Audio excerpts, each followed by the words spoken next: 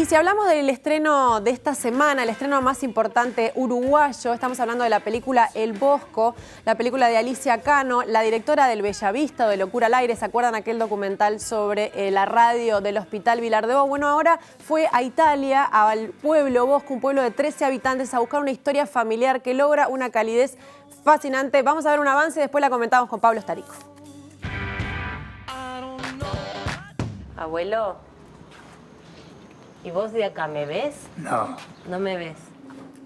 Apágamelo un momentico ahí, por favor.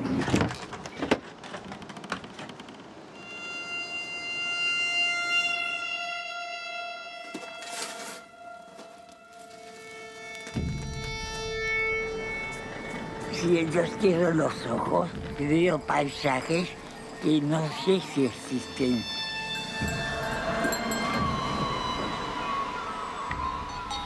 Senti il rumore della campana.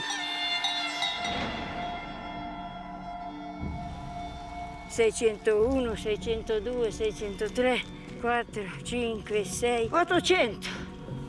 C'era una volta una signora che si prendeva cura del cimitero. Questa signora aveva il dono di guarire le persone.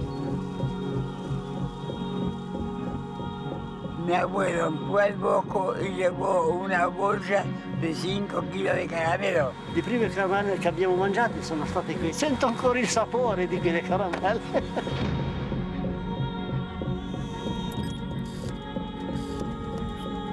Erano tutti campi coltivati da tutte le persone con tutti i muretti in pietra. Bello, bello, bello qui.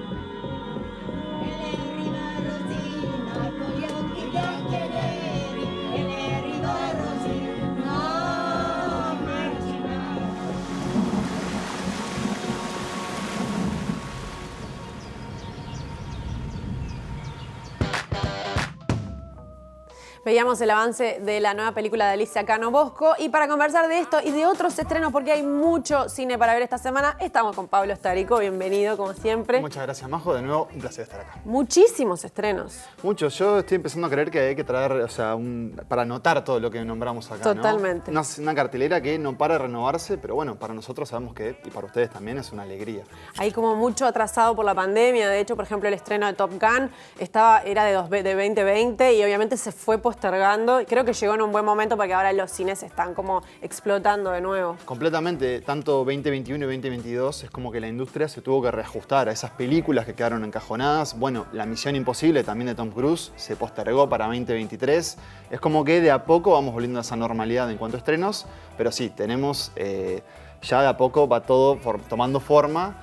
Y por lo pronto sabemos que en Uruguay estamos viendo excelentes películas, como es el caso de Bosco. Totalmente. El caso de que estamos hablando de volvió el cine y la pandemia como que reactivó las plataformas, pero esta es una película ideal para verla en la sala, en el cine, porque tiene una fotografía increíble. Yo súper recomiendo que la vayan a ver a una sala, ¿verdad? Me gusta que enfatices eso porque creo que hay algo interesante de la película de Alicia del Bosco, que es un hechizo que sucede, ¿no? Digamos, estar ahí viéndola, ir en ese viaje que ella propone al Bosco y a Salto. Ahora contarás un poco por qué. Sí, porque este es un documental, resumamos, que sobre un pueblo. Bosco es un pueblo de Italia que tiene 13 habitantes y es un pueblo del que su abuelo Orlando, que tiene nada menos que 103 años, le hablaba en su infancia. Es una película sobre su pueblo y en realidad sobre su abuelo, que sin haber viajado, su abuelo está acá en Salto, sin haber viajado lo conoce como si alguna vez lo hubiera visto por de tanto que se lo contaron.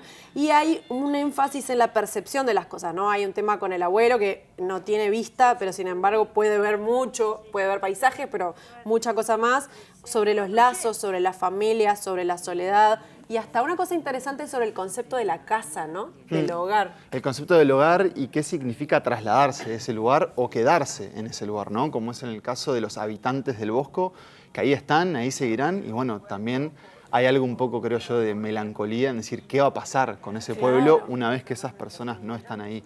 Es interesante también, en el caso de nosotros que veníamos, creo que siguiendo con atención, el viaje que hizo El Bosco, la película, en festivales, ¿no? Porque, bueno, es una película que tiene varios años de producción. 13 años le llevó en total realizarla. 13 años y, bueno, ella en una presentación para la prensa de la película contó algo que a mí me conmovió de una forma y es que dijo, yo siento que esta es mi primera película. Mirá. Vos decías, bueno, ella ya tiene en su haber El Bellavista y Locura al Aire con Leticia Cuba, pero de alguna forma el toque personal o el vínculo personal que tiene Alicia con esta película la hace decir, bueno, este es como mi debut, mi carta de anuncio, aunque ya vemos que en realidad hay una mirada muy experiente, muy atenta, muy sensible y muy conmovedora. Que ella ya había como plasmado su sensibilidad en sus películas anteriores. Yo creo que es de las más sensibles de las documentalistas en este momento. Pero claro, acá se mete con la historia de su familia.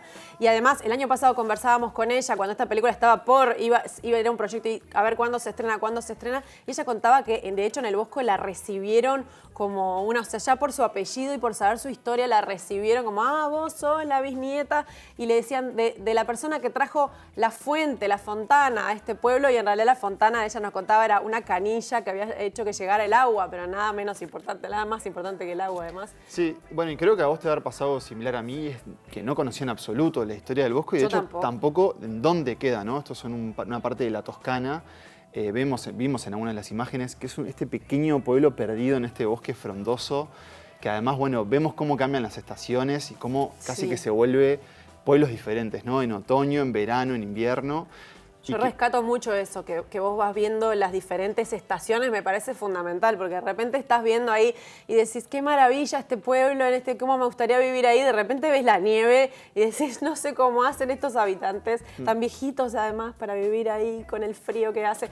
En la presentación en el Festival de Cinemateca, cuando terminó, una persona del público le preguntó, ¿cómo se llega al Bosco? Que era una pregunta que yo también me hacía, porque claro, vos ves las imágenes y son como las montañas, y en el medio de ese pueblito y todo frondoso, y vos decís, ¿cómo llego hasta ahí? Ella contaba que requería avión, tren y después un bus o algo que te lleve hasta el final de una carretera que termina en Bosco. Así que imagínate lo lejos que está. Casi que podría haber una película en cómo se filmó el Bosco. Habría que preguntarle a Alicia si tiene ese detrás de escenas, digamos.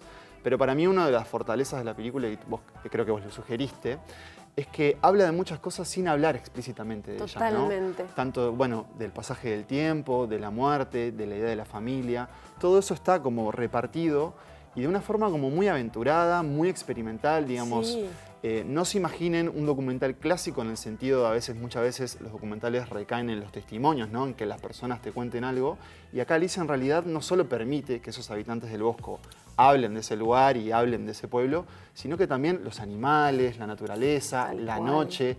Hay muchas cosas que creo que también veo que nos estamos guardando. Sí, porque a mí no me gusta, es como una máxima, no me gusta contar demasiado, pero por ejemplo no tiene voz en off, no es que una voz en off te va llevando, que yo un poco lo agradezco. Hay unos números al comienzo, unas cifras que te dicen cosas, te describen todo el pueblo en unas cifras. Sí, como una entrada de Wikipedia así bien sencilla, decir, bueno, estamos acá, estos son los números de las personas que tenemos que conocer. ¿Cuántas casas hay? ¿Cuántas casas están dedicadas a animales? ¿Cuántas casas guardan comida? ¿Cuántos habitantes? ¿Cuántos animales? Y con eso uno se hace una composición del lugar y el resto es la vida que va sucediendo ahí, en la que ella iba y venía, ¿no? Ella fue muchas veces y, por ejemplo, contó que una de las veces que volvió, porque ella empezó a ir sin querer que fuera una película. Sí, eso es importante. Ella fue a recuperar como una historia del pueblo donde su abuelo le contaba siempre y cada vez le contaba más y cada vez su abuelo era más grande y no veía y veía paisajes y ella se encontró con que fue ahí, los paisajes eran los mismos.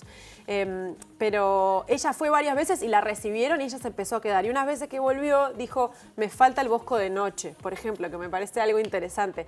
Y volvió con, bueno, ya después empezó a ir con su equipo completo, ¿no? Y tiene una hermosa fotografía.